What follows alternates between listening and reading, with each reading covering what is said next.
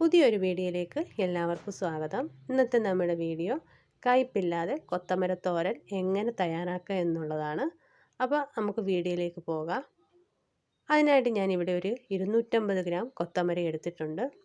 ഇത് ക്ലീൻ ചെയ്ത് ഒന്ന് ചരിച്ച് കട്ട് ചെയ്തെടുത്തിട്ടുണ്ട്. അപ്പോൾ ഇതെല്ലാം നന്നായിട്ട് കഴുകി ഞാൻ ഈ പാത്രത്തിലേക്ക് മാറ്റി വെച്ചിരിക്കുകയായിരുന്നു.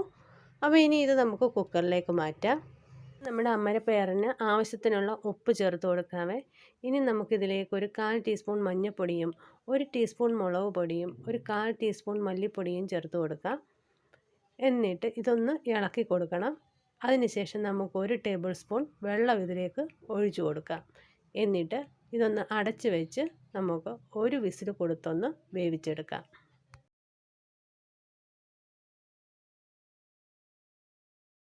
പയറൊക്കെ വെന്ത് വന്നിട്ടുണ്ട്.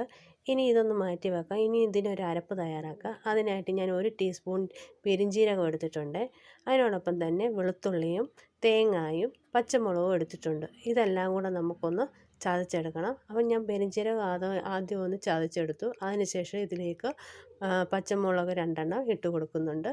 അതിനോടൊപ്പം തന്നെ വെളുത്തുള്ളിയും ചേർത്ത് ഇതൊന്ന് ഇടിച്ചെടുക്കാം. അപ്പോൾ ഞാനിതെല്ലാം ഇടിച്ചെടുത്തു. ഇനി ഇതിലേക്ക് തേങ്ങയും കൂടെ ചേർത്ത് കൊടുക്കുക. എന്നിട്ട് നന്നായിട്ടൊന്ന് ചതച്ചെടുക്കണം. അപ്പോൾ ഈ അരപ്പ് നമുക്ക് മാറ്റി വെക്കാം. ഇനി നമുക്കൊരു ചീനച്ചട്ടി അടുപ്പത്ത് വെച്ച് കൊടുക്കാം. അതിലേക്ക് കുറച്ച് എണ്ണ ഒഴിച്ച് കൊടുക്കുക. എണ്ണയൊന്ന് ചൂടായി വന്ന സമയത്ത് അതിലേക്ക് കുറച്ച് കടുക് ഇട്ട് കൊടുക്കണം. അപ്പോൾ കടുകെല്ലാം പൊട്ടി വന്നിട്ടുണ്ട്. ഈ സമയത്ത് നമുക്ക് ഒരു സവാള ഉള്ളി അരിഞ്ഞതും കുറച്ച് കറിവേപ്പിലയും കൂടെ ചേർത്ത് കൊടുക്കാം. എന്നിട്ട് ഇതൊന്ന് വഴട്ടിയെടുക്കണം. ഒന്ന് ചെറുതായിട്ട് ചുമന്ന് വരുന്ന സമയത്ത് നമുക്ക് കുറച്ച് മഞ്ഞൾപ്പൊടി ചേർത്ത് കൊടുക്കാം. ഒന്ന് നന്നായിട്ട് ഇളക്കിയതിന് ശേഷം നമുക്ക് നല്ലപോലെ പഴുത്ത ഒരു തക്കാളിക്ക് അരിഞ്ഞതും കൂടെ ഇതിലേക്ക് ഇട്ട് കൊടുക്കാം. അപ്പോൾ നമ്മുടെ കൊത്തമരയുടെ കയ്പ്പ് മാറാൻ ഇങ്ങനെ തക്കാളിക്ക് ചേർത്താൽ മതി. അപ്പോൾ കയ്പ്പൊക്കെ കുറയും. എന്നിട്ട് ഇത് നന്നായിട്ടൊന്ന് ഇളക്കിയതിന് ശേഷം നമുക്ക് വേവിച്ച് വെച്ചിരിക്കുന്ന കൊത്തമര ചേർത്ത് കൊടുക്കാം.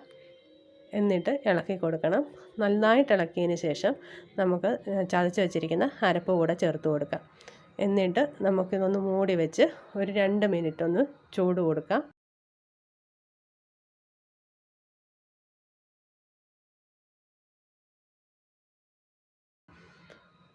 ഇനി നമുക്ക് ഈ മൂടി ഒന്ന് തുറന്ന് നന്നായിട്ടൊന്ന് ഇളക്കി കൊടുക്കാം.